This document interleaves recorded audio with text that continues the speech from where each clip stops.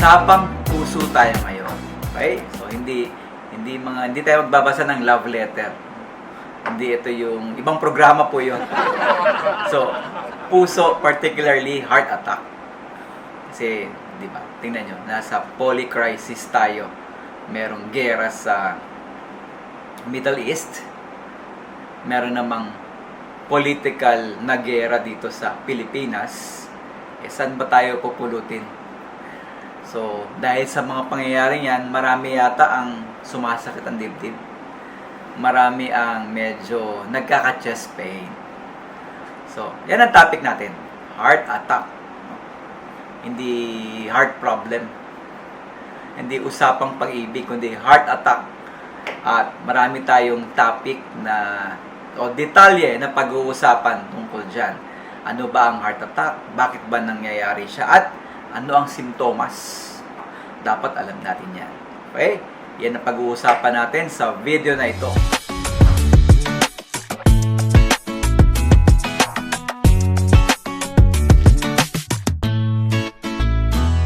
So, ayan.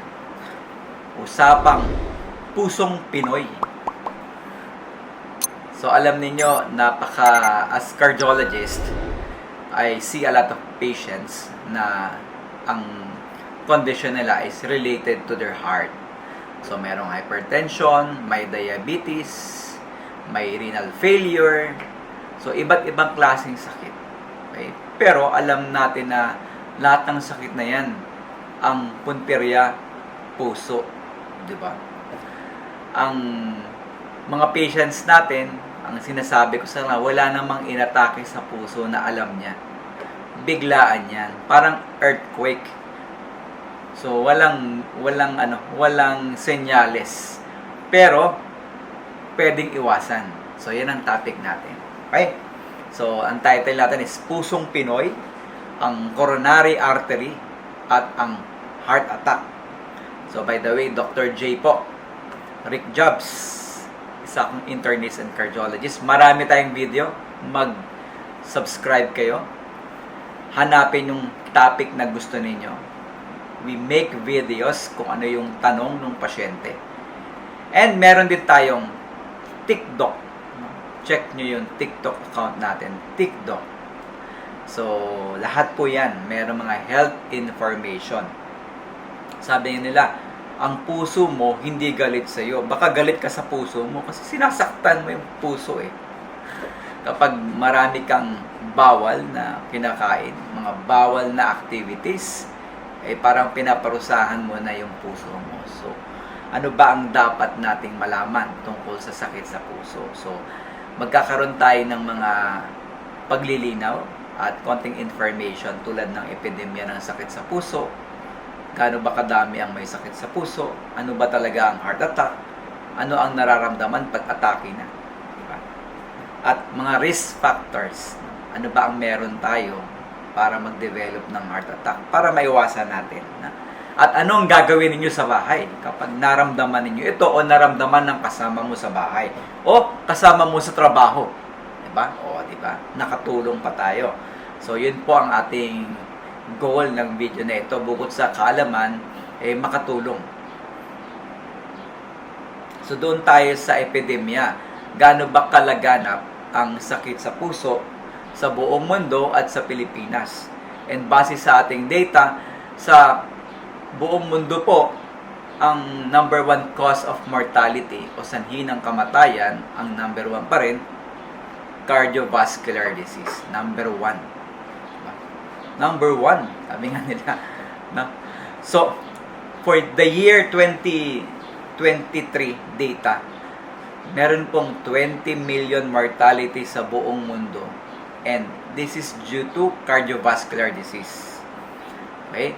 Pag pinagsama mo yung namatay sa COVID at pneumonia, talo yan ng mga namatay ng sakit sa puso. Kaya ang totoong epidemya natin ay hindi lang pan-COVID dati at hindi lang kung ano-anong sakit. Dapat ang pinaggugugulan natin ng pansin ay yung kondisyon ng ating puso. Okay? At isa sa 3 ng death worldwide, bawat tatlo sa isa, bawat isa sa tatlo ay due to cardiovascular disease. So, ganon, 30 to 35%.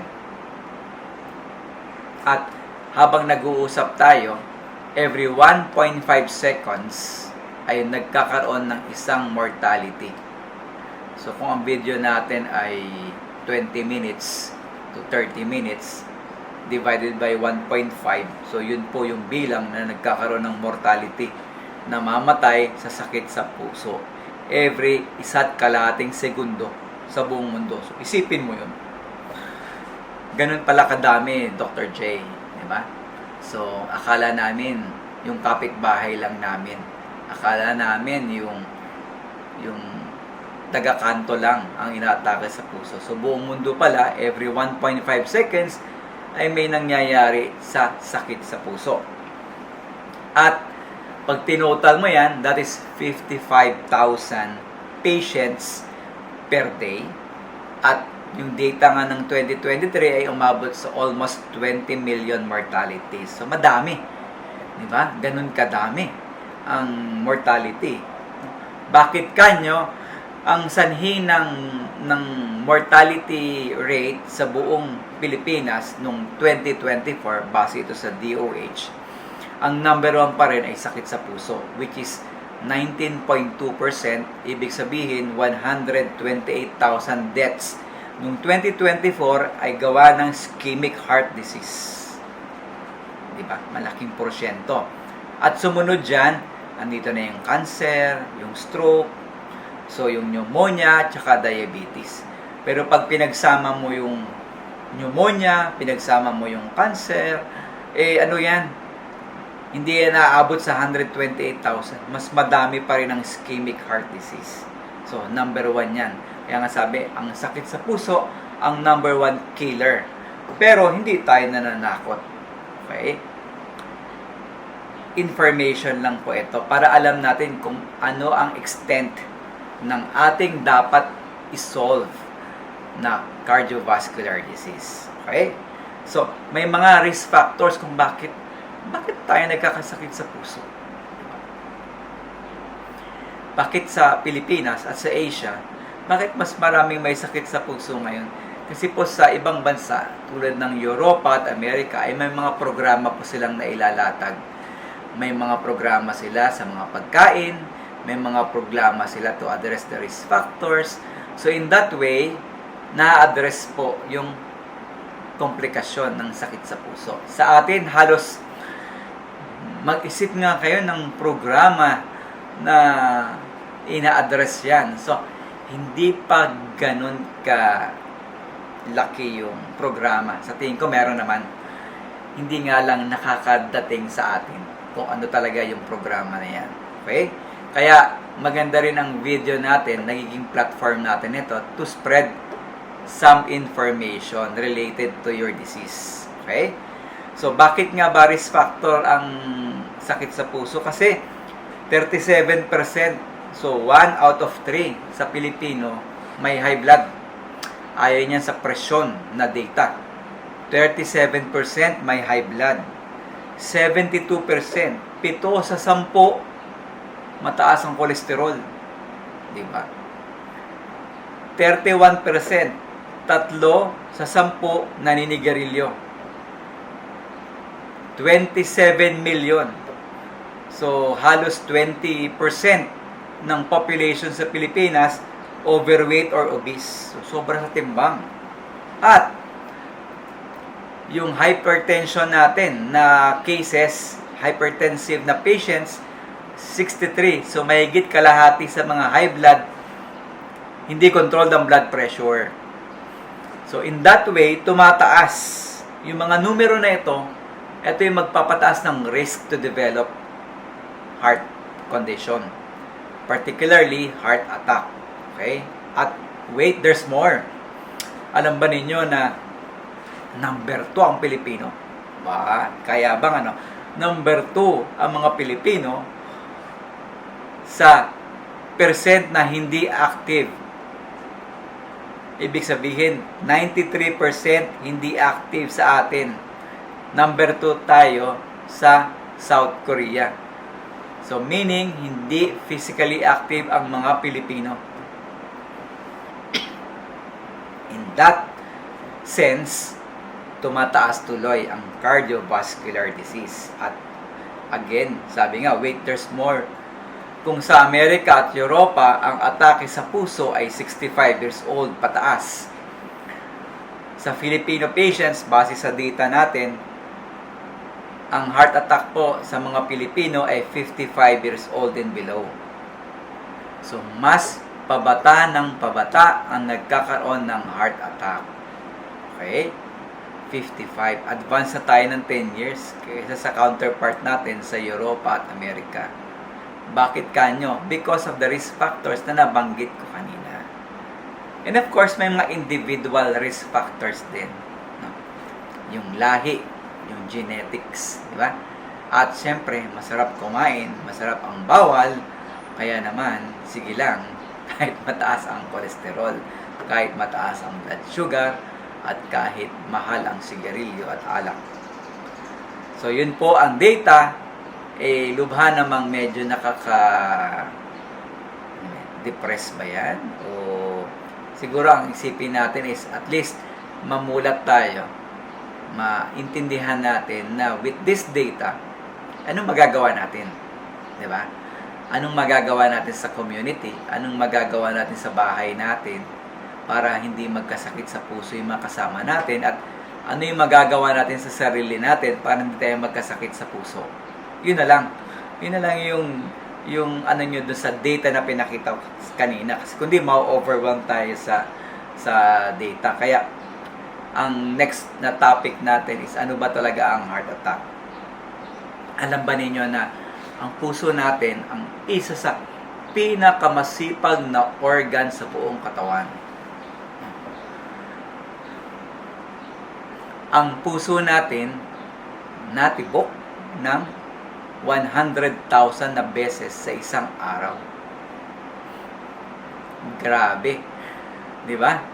Ikaw ba naman 100,000? Magbilang ka nga lang ng 1 to 100, mapapagod ka na eh. Tumibok pa kayo ng 100,000 na beses sa isang araw. At hindi natatapos ha. The next day pa uli. The next day. The next day. So, 100,000 beats in one day. Ganun kasipag yung puso. Kahit ikaw yung nagluluto, natutulog, o kung ano man ang ginagawa mo, o naipagtsikahan ka dyan, natibok pa rin yan. Hindi siya pwedeng tumigil. Kasi pag tumigil ang pagtibok niya, titigil na yung mundo mo. So, dapat tuloy-tuloy lang. So, hindi siya voluntary. Involuntary muscle contraction ng ating puso. Tuloy-tuloy yan. Labdab, labdab, labdab. Diba? So, isipin mo na lang. Diba? So, dapat alagaan natin. Kasi, isipin mo lang yung work na ginagawa niya sa atin. Diba? And then, ang puso natin, may 3 ugat po yan. Yung LAD, yung pinaka-main, meron sa kanan at meron circumflex. Sa gilid at sa likod. So, 3 ugat yan, kaya naman may nababanggit dati, di ba, na triple bypass na. Ibig sabihin yung 3 ugat na bypass, na angioplasty na po. No? So, yung 3 ugat na yan, may hahambing natin yan sa highway. Madalas sinasabi ko, ito yung main road, main highway ay yung EDSA. Galing NLEX, magiging EDSA yan. And then, yung pamonumento, yung sa kanan. Diba? And then, meron din yung papuntang A. Bonifacio. So, dire-diretso. So, yung 3 ugat na yan, dapat yan, kung 5 lanes yan, 5 lanes yan, hindi dapat 2 lang, 3 lanes, the rest hindi gumagana. Pag hindi gumagana, barado. So, isipin mo na lang kung 1 lane lang o 2 lane lang yung gumagana sa Balintawak. Isipin mo kung gaano ka-traffic. So, ganun po natin pwedeng isipin yung function ng ugat natin. Isang way pa is para siyang bahay. Yung bahay, yun yung puso mo. Yung linya ng tubig, yung mga tubo, ito yung coronaries mo na pwedeng magbara.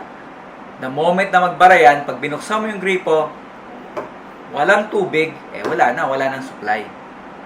Magsasuffer na yung bahay, magsasuffer na yung puso. So, ganun po yung heart attack. biglang nagsara yung supply ng tubig. Eh kung naliligo ka, biglang nakasabon ka na, nakashampoo ka na, at pagbukas mo ng gripo, tubig! Di ba? So, ganon ang nangyayari kapag nag-heart attack. Kaya importante yung tatlong ugat natin. At through time, pag kumakain tayo ng masasarap na bawal, nagkakaroon ito ng deposito ng cholesterol, hanggang magkaka-build up na yan. Dito kayo, dumikit kayo dito. So, dumidikit yan sa wall ng ugat ninyo. Hanggang magkakaroon ng plaque formation.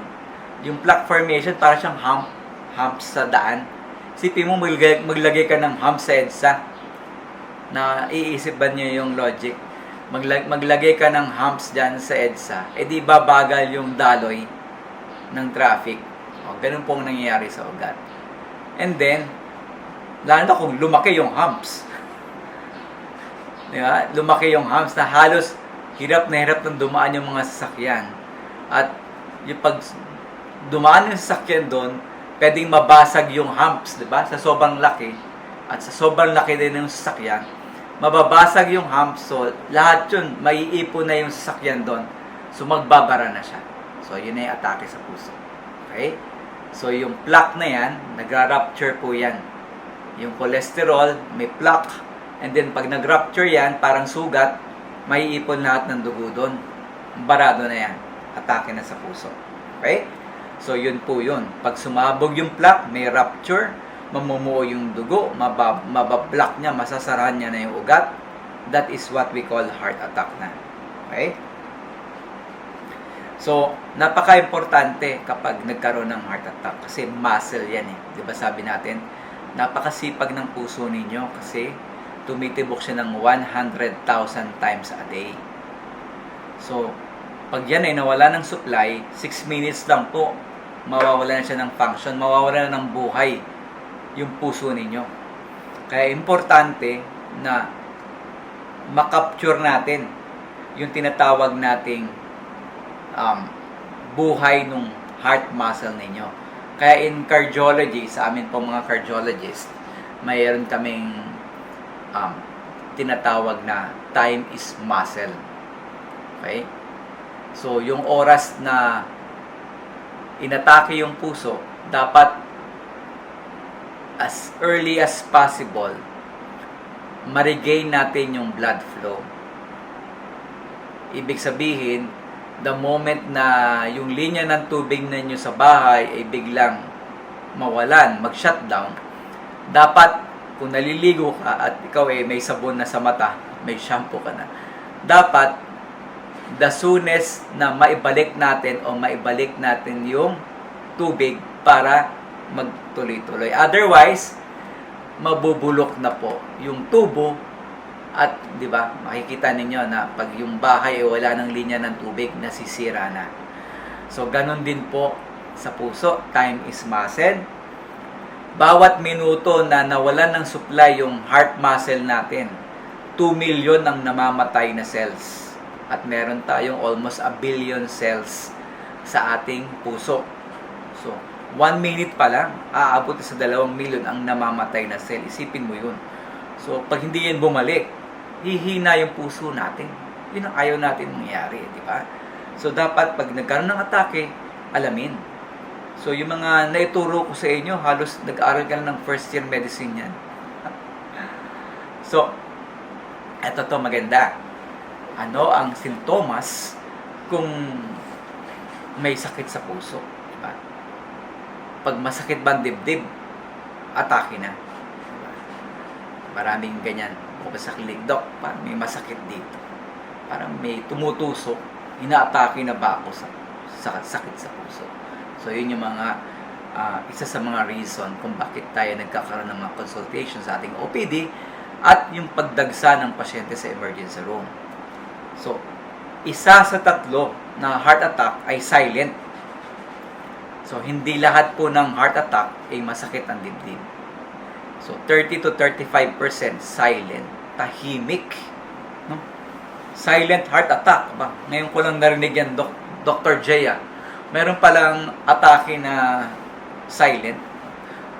Meron po, may tinatawag tayong silent heart attack or silent angina. Or angina, meron kasing angina equivalent. No? So, wala yung classic na drama ng masakit ang dibdib. Wala yun. Silent lang sila. And marami dito yung mga diabetic patients natin. Okay? So, ang isa-isahin natin yung simptomas para may idea kayo. Para makatulong din tayo, di ba? Hindi lang para sa inyo, di ba? Kundi kasama mo sa bahay, sa trabaho, sa barangay. Number 1, yung sakit o pressure sa dibdib. Yung parang mabigat. Parang may elepanteng nakaupo. No? Hindi pa naman natin naranasan na upuan ng elepante. No? Pero by thinking, parang napakabigat nun, di ba? Hindi mo yata kaya, hindi mo kaya yung sakit na yun. Di ba? Kaya naman yung mga pasyente nasusugod sa ospital. Kapag ang pasyente ay gumanyan, yan, Levine sign na yan, Levine sign. So, malaki na ang chance niyan, atake sa puso ko. Hirapan akong huminga, sakit ang dibdib ko. Ganyan, alarm sign na yan. Huwag na maghintay, no? Kasi time is muscle. Dalhin agad sa emergency room. Okay, tawag agad. Tawagan nyo agad si Dr. J.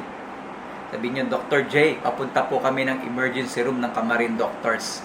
Ay i-endorse ko po kayo kaagad para makita kayo kaagad at may send sa akin kaagad yung ECG ninyo. Kasi we need to do the ECG in the first 10 minutes. Next, kumakalat yung sakit. Hindi lang po siya sa dibdib. Umaabot siya sa left shoulder.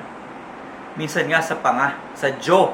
Dito po, may mga pasyente na ako na na-bypass at nakitaan natin ang atake sa puso. Ang simptomas po, naninigas lang yun dito, yung panga nila. Tuwing susumpong yung dibdib nila, lumilipat po dito sa panga, dito nahihirapan sila. Sa kanila masakit ang ngipin nila. Dito sa braso, ayan, hanggang likod. So yan, isa yan po, na isa sa dapat nating malaman. Yung paghangos, yung hirap huminga. Para kang tumakbo ng 5 kilometers. Pero nakaupo ka lang naman. Yung isang patient ko nung dinala sa emergency room, sa loob ng sasakyan, binaba niya yung bintana, nilabas niya yung ulo niya, kasi nga ang pakiramdam niya, kulang siya sa oxygen. Ganun po yung pakiramdam ng inaatake sa puso. Kung mahangos, hirap ang paghinga. Ang next, number 4, malamig na pawis. Habang nakalabas yung ulo niya sa sasakyan, yung damit niya, basang-basa ng pawis, hirap na hirap siyang huminga. So, ganun po yung naramdaman ng aking pasyente. Malamig na pawis, diaphoresis. Hindi naman sobrang init, hindi naman galing sa gym. Sana all galing sa gym, no? Pero, pawis na pawis, habang nahirapan siyang huminga. Nausea or vomiting. So, yung iba, nagkakaroon ng pagsusuka. Yun pala, inaatake na. Akala, na-empacho. Na-empacho lang yan. Dami kasing kinain. Yun nga po, pag may barado kang ugat sa puso, hindi ka dapat sobrang busog. Kung hindi, magti-trigger po yan ng angina attack at pwedeng mauwi sa heart attack. So, medyo bantay-bantay lang po ang pagkain. Hindi dapat kaing gutom, kundi kaing sakto lang. Pagkahilo, pagkahimatay. So, marami rin pong ganyan nagdidilim ang paningin na parang mahuhulog ka, di ba? Syncope sa Ingles, no? Na pwedeng senyales, baka nagkaroon na ng arrhythmia o irregular heartbeat kaya nawala ng malay. Di ba? May mga ganyan dinadala sa hospital, sa emergency room, wala nang malay yung patient. Baka nga hinimatay, gawa ng nag-electrical complications na. Ang first 24 hours po hanggang 3 days, na ayaw natin mangyari sa mga inaatake sa puso ay magkakaroon ng electrical complication. Ito pa yung mga ventricular tachycardia, minsan naman po VFib. Talaga namang kailangan nito mabilisang gamutan kasi dapat mabuhay natin yung pasyente, ma-save natin sila, no? And of course, number 7, yung pagod na hindi maipaliwanag. Nahirapan kang magbuhat kahit plato lang. Yung patient ko, di ba? Dok, pag kumakanta ako sa simbahan, hindi ko natatapos. Napapagod na ako. And true enough, nung in-examine namin, may barado siyang ugat at naglagay kami ng stent, nagkaroon siya ng angioplasty at na-save natin siya. Ngayon, panay ng kanta niya sa simbahan. Diba? So, ganon. No? So, ito po yung mga 7 senyales na baka atake na ito sa puso. So, pagka na ano na ninyo yan, na detect ninyo, nararamdaman ninyo, sa kasama ninyo, sa parents ninyo, sa kaopisina, kabarangay, kung ano man yan, red flag yan, warning po yan, magpakonsulta na kayo sa favorite doctor nyo. Diba? So again, minsan na pagkakamala na yung heart attack sa heartburn. Kasi nga, parang parehas.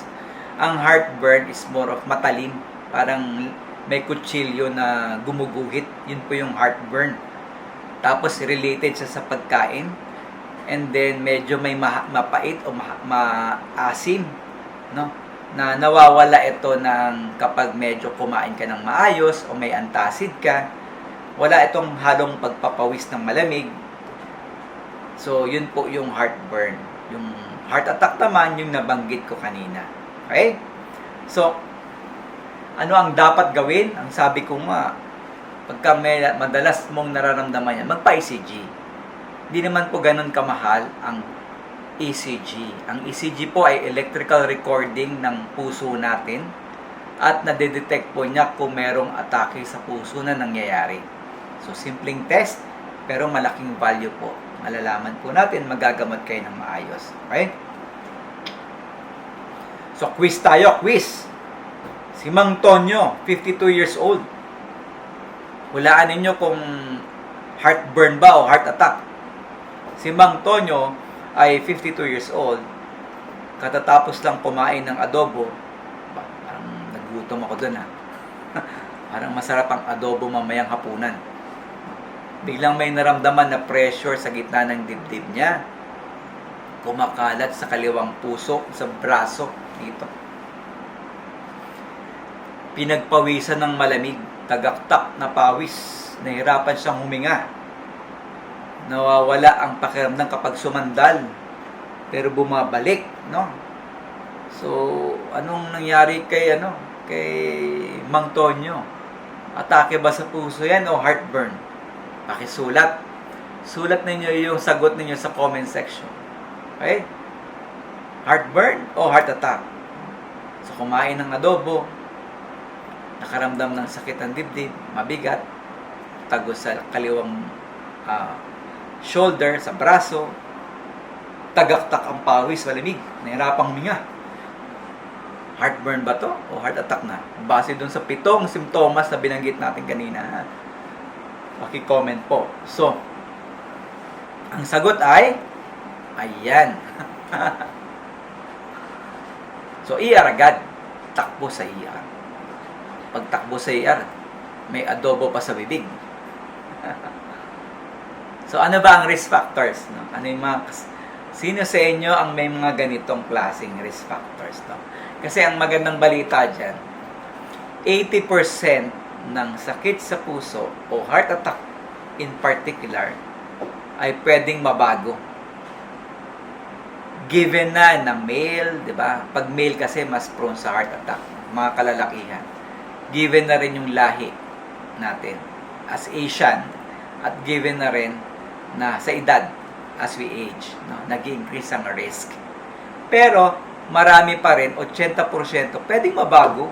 Hindi naman yan fix, no? Pwede pang tawaran, magas tindahan, no? May tawad pa, no? So, kailangan natin makorek natin. So, again, sabi ko nga, may mga hindi na kaya nating baguhin. Yung edad, 45 pataas sa lalaki, 55 pataas sa babae. Male, gender, kalalakihan, mas mataas ang risk ng male. Edad, kahit bago pa tayo mag-50, tumataas na yung risk, no? Family history, yung genetics. Pag may lahi, si tatay, si kuya, si uncle, si kuya boy, si tito boy, di ba? At ethnicity. Filipino, Asian, mas mataas po tayo kaysa sa ibang nasyon. Kamalas naman. No? Ang 8 na pwede nyong baguhin ay number 1, alta presyon, hypertension. So, mababago natin yan kasi iinom lang tayo ng gamot at lifestyle. Second, diabetes. Dapat makontrol natin ang ating blood sugar, ating HbA1c. Ikaw ba, ilan ang HbA1c mo nung nakaraan? Ano ang target mo na HbA1c? Cholesterol. Ang inyong bad cholesterol, yung LDL, dapat mababa rin yan. Okay? Yosi. Ang yosi, ito yung sigarilyo at vaping. So, dapat matanggal din natin yan. Taba. Dok, nangaano ka eh. Ano yung taba na sinasabi mo? Taba po, ito yung weight natin na hindi natin na ma-manage at lumalampas po tayo sa BMI, nagiging obese na tayo. So, risk factor din po ito. Okay? Tamad na galaw. Yung hindi naggagalaw. Di ba, pangalawa nga tayo, second tayo sa South Korea, na hindi tayo nag-exercise. So, isa po yan, stress. So, yung sa trabaho mo, sa bahay, nai-stress ka ba? So, isa yan. Sa eskwela. So, isa yan. At diet. So, yung diet po, kung mahilig ka sa masarap, tataas lahat yung nabanggit natin. So, ito po yung 8 na pwede ninyong baguhin versus sa kanina na nabanggit natin. So, kaya naman pala. No? Disiplina lang. Disiplina. Di ba? Sa BP, ang gusto natin, less than 130/80. Okay? Yun yung target na blood pressure. Kasi habang tumatagal yung hypertension, tumitigas din yung ugat. Okay? Nag-i-invite po ito ng plaque. Okay? So, magpa-BP check hanggat maaari. And then, yung diabetes, yung HbA1c. Ang gusto natin dito, pag hindi ka diabetic, less than 6. Pag diabetic, mga 6.5%. Okay? So, ganun ka importante yung ating blood sugar in dealing with heart attack. And dapat na mo-monitor ang HbA1c ninyo every 3 months, 3 to 4 months. Okay? Mataas na cholesterol. Ang target po natin na bad cholesterol, pag may sakit na sa puso, 70 pababa. Sa mga high risk talaga, very high risk, 55 pababa. Pero yung wala pa namang diabetes, hypertension lang, at may konting ibang risk factors, 100 pababa. Okay? So, diet yan. Diet pag may time, no? At sigarilyo. Magka-connecta po ang sigarilyo kasi mas nagkukos po siya ng pagliit ng ugat natin. Kaya yung may mga pasyente akong chronic smoker, barado na yung binti. Barado na yung ugat sa binti pala. Okay? Kung barado yung ugat sa binti, pinupulikat na yan pa naglalakad. Pero pag barado na yan, most likely may barado na rin sa puso. So, smoking is another risk factor na pwede nating matanggal. Okay? Sobrang timbang, obesity. Yung mga medyo, sukatin nga ninyo yung puson ninyo. At pag yan ay more than 31 sa babae, more than 36 sa lalaki, mataas po yan. Paliliitin ang tiyan. No? Paliitan ng tiyan challenge. So, hamunin ninyo yung mga ka-office mate ninyo, ka-unit mates ninyo. Magsukatan kayo ng puson at paliitan ng puson contest. Next, kakulangan sa galaw. 20 to 30 minutes per day, 150 minutes a week. Palagi-lagi po nating sinasabi yan at dapat gawin natin.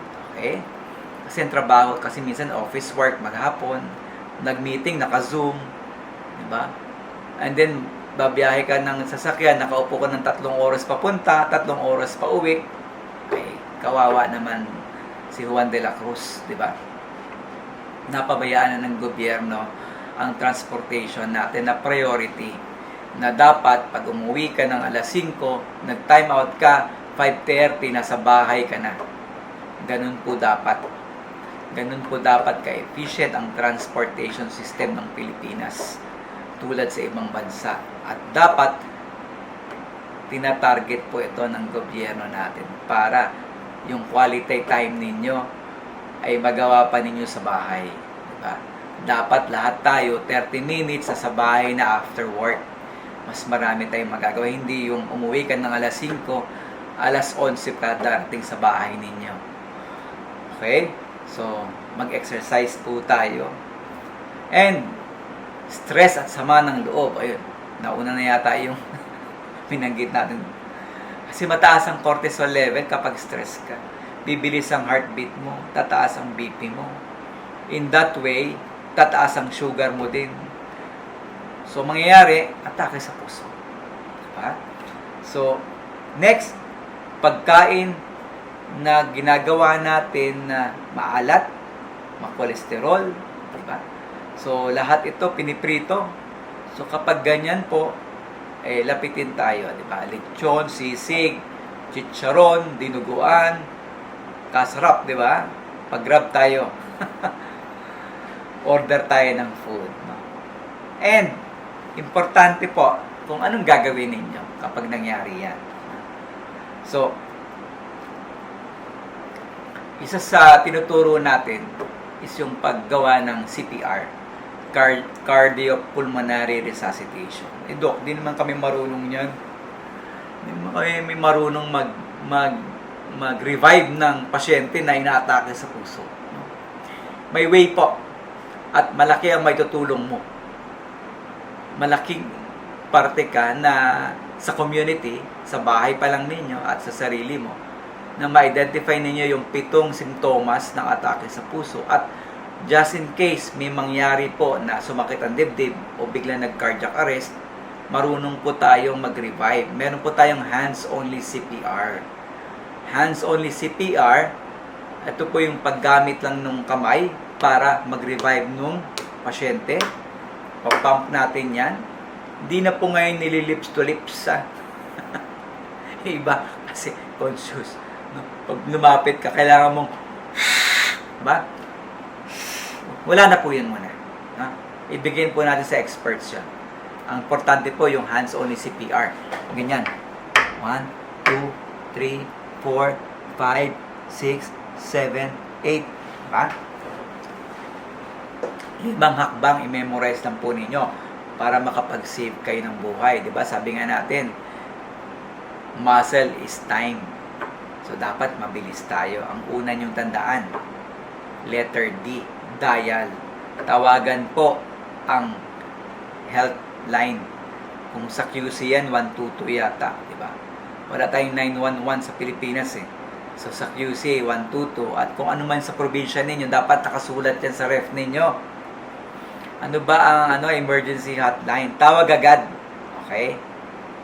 Huwag mo i-drive yung sarili mo kung masakit ang dibdib mo. Most likely, aabutin ka ng aksidente sa daan. No? Tawag sa malapit na ospital din para sunduin. Okay? Tawag sa barangay.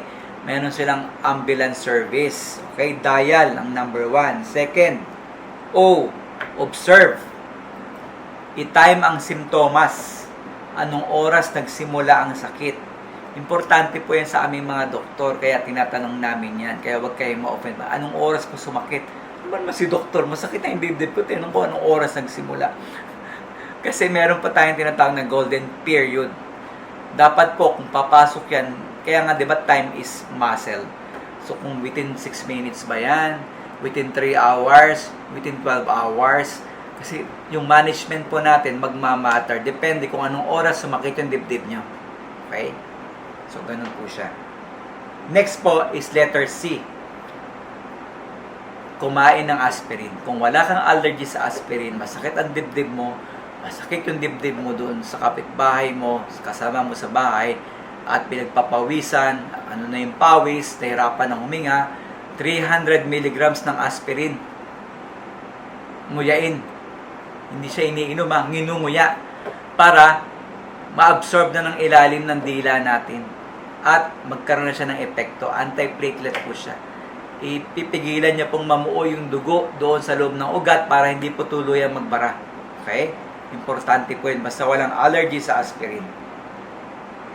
Next, pumosisyon at medyo kumalma. Okay? So, i-posisyon ninyo yung patient. Ipaupuin sa sopa. hindi nakahiga o nakatayo, paupuin ninyo, no? I-loose yung mga damit, medyo luwagan, okay? Para makahinga ng maayos, no? I-ready ninyo kasi any moment baka magtuloy-tuloy, mawalan ng malay yung patient. Pag nawalan ng malay, dun lang yung time na ihiga ninyo siya. Okay? Next, kung talaga namang nawalan na ng malay ng tuluyan at nandun kayo sa scene of the crime occurred. So, pag tumigil yung puso, meron kang 4 hanggang 6 na minuto lang na dapat magawa mo na yung CPR. Ang bilis po niyan, papatong lang po ninyo dito sa dibdib. Okay? Sa gitna. Patong po ninyo. Tapos, 100 beats per minute. Ayun, no? 1, 2, 3, 4, 5, 6. Pag nag-pump po kayo, huwag nyong ititiklop yung siko ninyo. Diretso lang po yan. Dito po sa shoulder ninyo, manggagaling yung puwersa. Dito. So, ganyan po siya. Ganyan. 1, 2, 3, 4. Ganyan. Paano mo malalaman na 100 beats per minute? May kanta po yan. Yung Staying Alive. No? Yung Staying Alive, kakantahin mo lang yan. Sa isip mo lang, ha? Baka naman kumanta ka ba ng CCPR, sabihin lang, ano ba naman ito? LSS. So, no? Yung ganyan, di ba? Ha? Ha? Ha? Staying alive. Staying alive. Ha? Ha? Ha? Ha? Staying alive. So, yung bilis po na yan, yung pacing po na yan, yung rhythm po ng music ay 100 beats per minute. Pump lang ninyo na ipump hanggang dumating yung rescue. Diba? Pag napagod ka na, yung isa naman, yung kasama mo, siya naman na magpapump. No? So, tuloy-tuloy yan hanggang magkamalay yung pasyente. Wala ka nang hihipan sa bibig. Puro pump na lang. Okay? Puro pump yan, ha? So, Staying Alive yung ginagamit na ng Bee Gees. No? So, official po yan. Hindi po joke yan. Totoo po yan. No? Ginagamit po yan worldwide. Yung Staying Alive na yan. No? So, aspirin. Yes, binibigay po ang aspirin basta walang allergy. Masakit ang dibdib. Diba? Walang active bleeding. Okay? Pero pag walang malay na, hindi mo na mabigyan ng aspirin yan. Diba? Ang gagawin mo na dyan, yung Staying Alive na. Okay? So, ang heart attack po ay hindi kapalaran at hindi po ito tadhana. Ito pa ay produkto ng mga ginagawa natin. Mga produkto na ayaw nating tigilan. So, dapat since sa video na ito, nakita na ninyo kung ano yung dapat iwasan, ano yung pipigilan natin para hindi maulit yung heart attack na yan. Diba? So, ano ang isa sa ipapromise mo today kay Dr. J, kay TikDoc, number 1, ito yung pinky swear. Diba? Para hindi tayo iwas heart attack. Ipagpapatuloy ko ang gamot ko sa blood pressure. Diba? Sige, ganyan ka. Dok, magmula ngayon, ipagpapatuloy ko ang pag-inom ko ng gamot sa high blood araw-araw. Walang patid yan. Diba?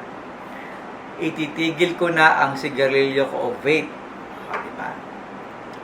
Magpapacheck up na ako next week. At pag sinabi ng doktor ko na mag-follow up, magpa-examine ng dugo, gagawin ko po yun para bumaba ang aking mga numero. Diba?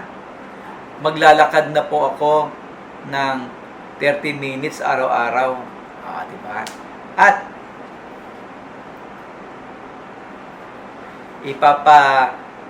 iiwasan ko na pong magalit. Hindi na po sasama ang loob ko kasi nakaka-heart attack din pala pag nagagalit. Diba?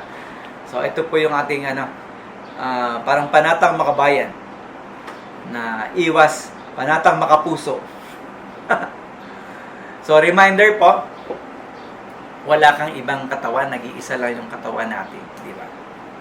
Hindi naman tayo nakakabili sa online ng katawan natin, di ba? Para makapili tayo, gusto ko yung malaking katawan, gusto ko yung sexy, gusto ko yung katawan ni ni Schwarzenegger. So, hindi po tayo makakaano niyan. Wala kang ibang katawan, yan po yan. At kung ano yung pwede mong i-develop, kaya mo yan ma-develop. At wala ka rin ibang puso, iisa lang yan. Iisa lang ang puso natin. May dalawa tayong mata, dalawa yung butas ng ilong natin, dalawa yung tenga, pero iisa lang po ang puso. So, ikaw magde-decide. You decide. Sinabi natin kanina yung dahilan, ano ang heart attack. Sinabi na rin natin yung risk factors, ano yung mga simptomas. Ikaw na magde-decide niyan. Kung paano mo aalagaan ang katawan mo, paano mo alagaan ang puso mo. So, alagaan ang ating puso. So, I hope marami tayong natutunan, marami kayong nakuha kay Dr. J at kay TikTok. Kung may tanong medikal o may nararamdaman, ang tanong ng bayan, what to do? Dr. J.